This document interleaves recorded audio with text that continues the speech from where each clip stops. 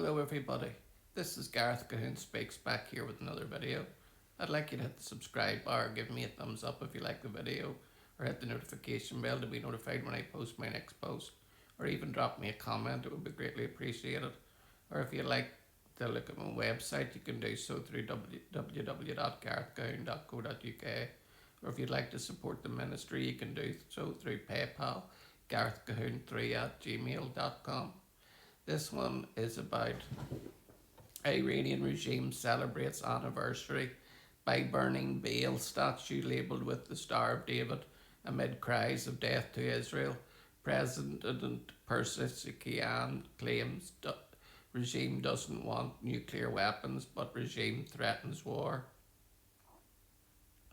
The Islamic Republic on Wednesday celebrated the 47th anniversary of the revolution that toppled the monarchy led by the Shah and eventually led to the creation of a current mullah regime under the first supreme leader, Ayatollah Khomeini.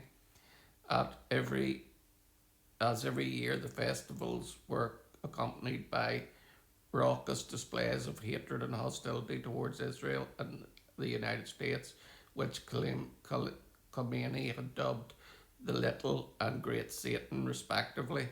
One of the high points of the state-sponsored mass rallies this year was the burning of the statue of Baal, the ancient Canaanite god often mentioned of in the Bible. The statue was adorned with Israeli flags, a picture of US President Donald Trump, and had a Star of David carved into it, apparently meant to associate the deity with which the biblical Israelites has fought against with the modern state of Israel. The statue was eventually torched and chants of death to Israel and death to America were heard. In addition, pictures circulating online showed a poster displaying the deity as pulling the strings of Trump, Israeli Prime Minister Benjamin Netanyahu, Saudi Arabia's Crown Prince Mohammed bin Salman, as well as Jeffrey Epstein, an infamous convicted sex offender. Other activities at the rallies included the ritualistic trampling of Israel and American flag displays of mock coffins of senior American military leaders, including CENTCOM Commander General Brad Cooper, and the display of anti-Israel Air Force drones allegedly shot down during last year's 12th day war. The regime also showcased its military capabilities, parading various types of missiles, while several senior figures made rare public appearances and amid ongoing tensions with the US and fears of a surprise strike. This underscores the importance of the regime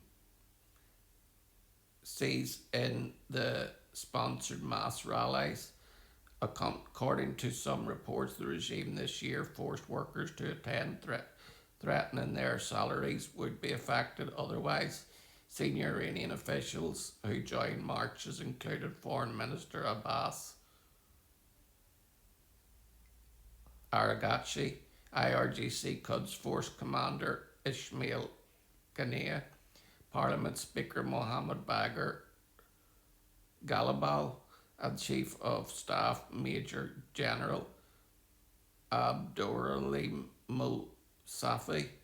President Masoud Pezeshkian who had struck a more conciliatory and understanding note in his comments about the recent protests, waved. The other officials used his speech on the occasion to call for unity after the regime is estimated to have killed up to 100,000 protesters by now.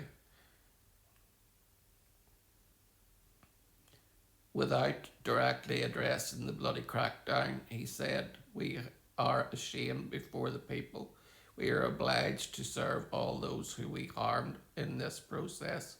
We are ready to hear the voice of the people. We are servants of the people, and we do not seek to confront the people. Despite this, Pezeshkian so far refused to publicly support members of the reformist movement with which he has been associated after several leading politicians were arrested by the regime in recent weeks. Regarding the tensions with the US and the ongoing nuclear talks, he claimed again that the regime doesn't seek nuclear weapons. The high wall of mistrust that the United States and Europe have created through this past their past statements and actions does not allow these talks to reach a conclusion. At the same time, we are engaging with full determination dialogue aimed at peace and stability in the region alongside our neighbouring countries, he said. However, the President has little authority regarding foreign policy and security matters. Al-Shamkhani, a confidant of Supreme Leader Ali al-Khamenei and head of Iran's Supreme National Security Council, sounded a much more defiant role in his speech on Wednesday.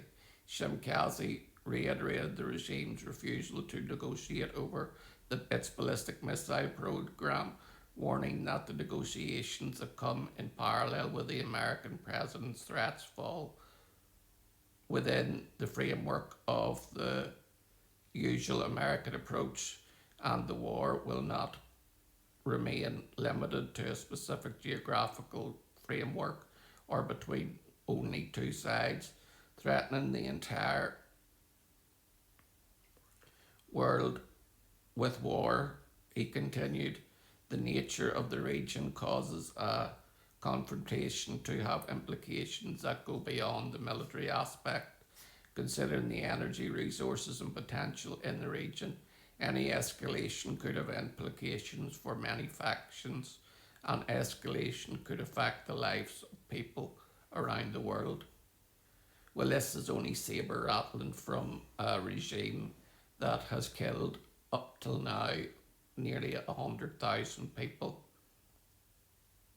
It's the rattlings of a dying organisation called the IRGC, and the Ayatollah who stole Iran back in 1979 is going to get his comeuppance soon, and it can't come soon enough for me. Down with the dictator, long live the Shah, Shalom, Maranatha, and Hallelujah.